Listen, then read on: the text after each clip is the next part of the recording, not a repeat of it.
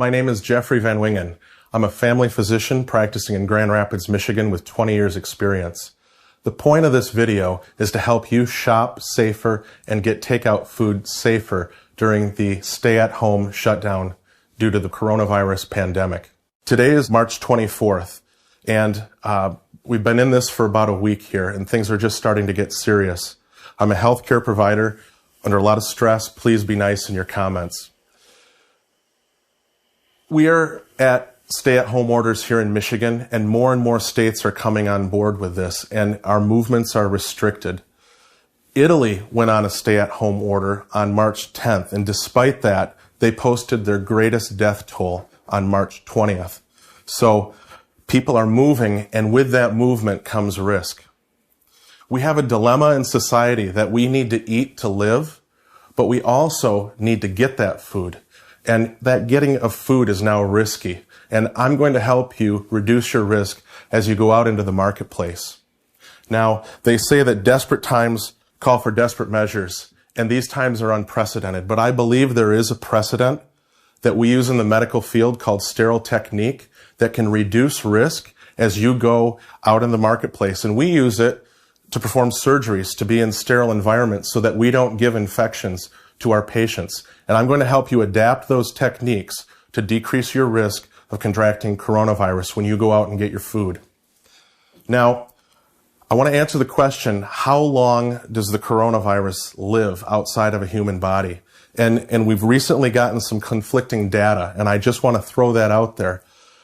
Last week, the National Institute of Health published in the New England Journal of Medicine an article that showed that coronavirus can live in an aerosolized, outside the body situation for 3 hours. It can live on cardboard for 1 hour, and it can live on plastic and metal surfaces for 3 days. That's a lot better to deal with than the data that we got just last night from the Center for Disease Control that found that on cruise ships, they discovered active coronavirus particles 17 days later. Now, we don't know if that's something specific for the cruise ships or if that's something that we need to adapt to society. So in this, I'm going to give some practices, and we're just going to say, go out there, use this knowledge, and do the best that you can. Now, when you go out to get your groceries and you bring them home, try not to bring them into your house unless you absolutely need them. Now, if we're going to go with the logic of the National Institute of Health, we could leave those groceries in our garage or on our porch for 3 days. And if you use a shopping service, please don't have them come into your house. Have them dump them outside so that you can bring them in when you need them. And if you must bring them in, we're going to go through some tips using these modified sterile techniques to remove possible coronavirus from the groceries containers and the groceries themselves. Now, thinking about how I can explain this to a public, imagine that the groceries that you have are covered with some glitter. And your goal at the end of this is to not have any glitter in your house, on your hands, or especially on your face. And imagine that disinfectants and soap, they have the power to dissolve that glitter. So when you're out in the store, it's not just about wiping down the shopping cart handle with an antiseptic wipe. We need to do more than that. We need to be better than that when we go into the supermarket. Here's some tips. Wipe down your cart. When you look at items and you're considering buying, commit to buy those items before you pick them up. You don't know if there's coronavirus on those, and you don't want to be putting coronavirus on those. Stores are doing better.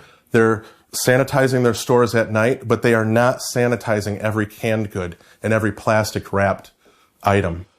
Don't go to the supermarket if you have any respiratory illness whatsoever. Furthermore, don't allow your loved ones over the age of 60 to go to the supermarket.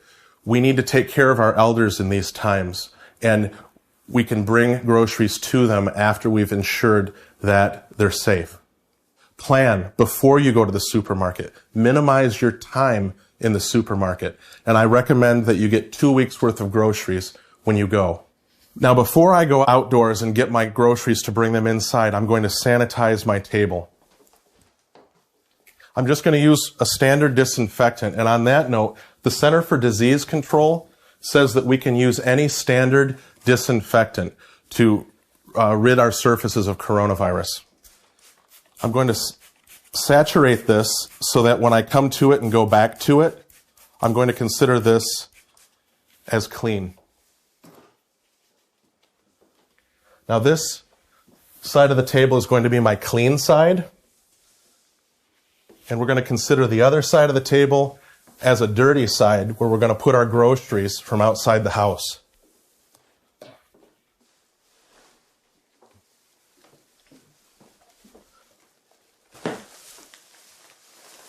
So remember, everything that goes to this side of the table is going to be considered clean and sanitized.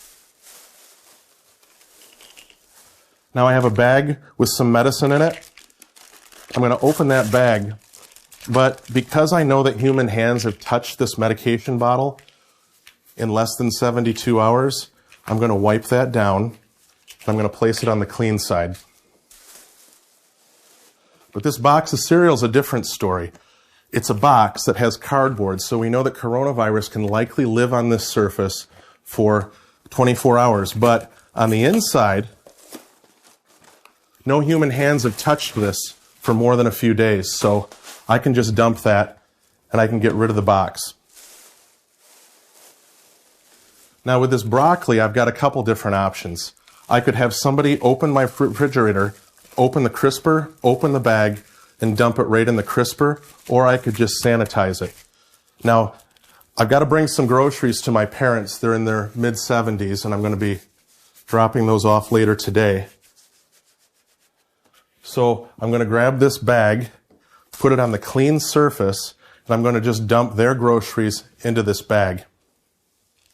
Now, I'm a big fan of cloth bags, but I don't think now was the time for me to take my cloth bags and increase risk. But if you must, after you're done with those cloth bags, consider them dirty and make sure that they go outside.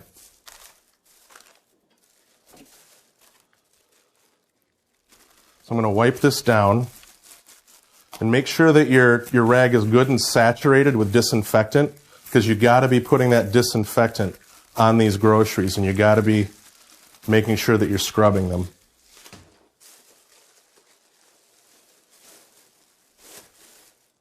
Now, one other thing that I could do with certain items, such as this bread,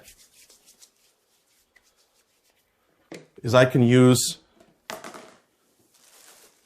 clean containers to dump items inside without touching those items. So I'm going to just dump this bread into this container to seal it off and not allow any sort of contamination of the bag.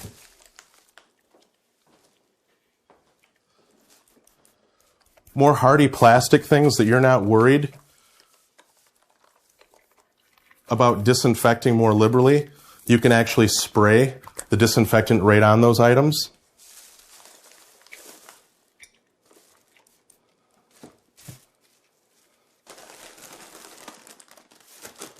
Now these chips, again, I could dump them into a container, but I'm just going to choose to spray them off. That's okay, before they go into the pantry. Now, you want to wipe off the areas that you think humans' hands were touching a bit more liberally than the areas that you don't think human hands have touched. That's all common sense stuff.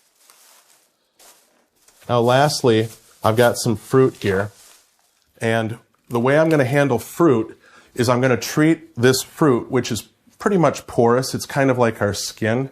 So if I wash that like we should be washing our hands for 20 seconds, then that should be just fine. I'm going to dump it in some soapy water here. And I'm going to come back and watch each one individually. And I do think that the better you are soaking the fruit, the better it's going to be as far as your chances of getting that completely sterilized from coronavirus.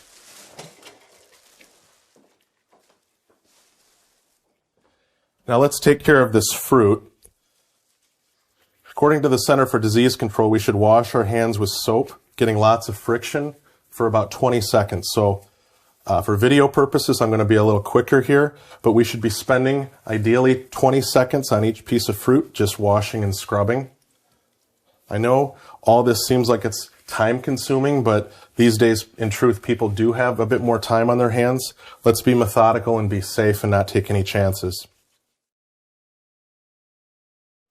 What I'm going to do is just rinse it off, try to get all the soap off it, and then we're good to go. Now let's talk about takeout. Okay, so I've just returned from foraging for some food. I have a clean table all around, some clean plates, and my goal, since I don't know the situation inside of the fast food restaurant, is to get this food over to here in a clean way and then get this cleaned off and get it outside the house. So to do that, I'm going to wash my hands here.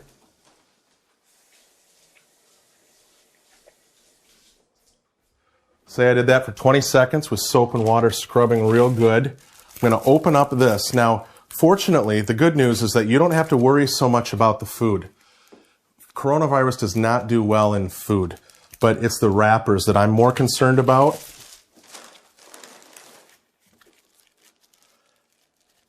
And I know you're asking, can I microwave this? And the answer to that is absolutely yes, you can.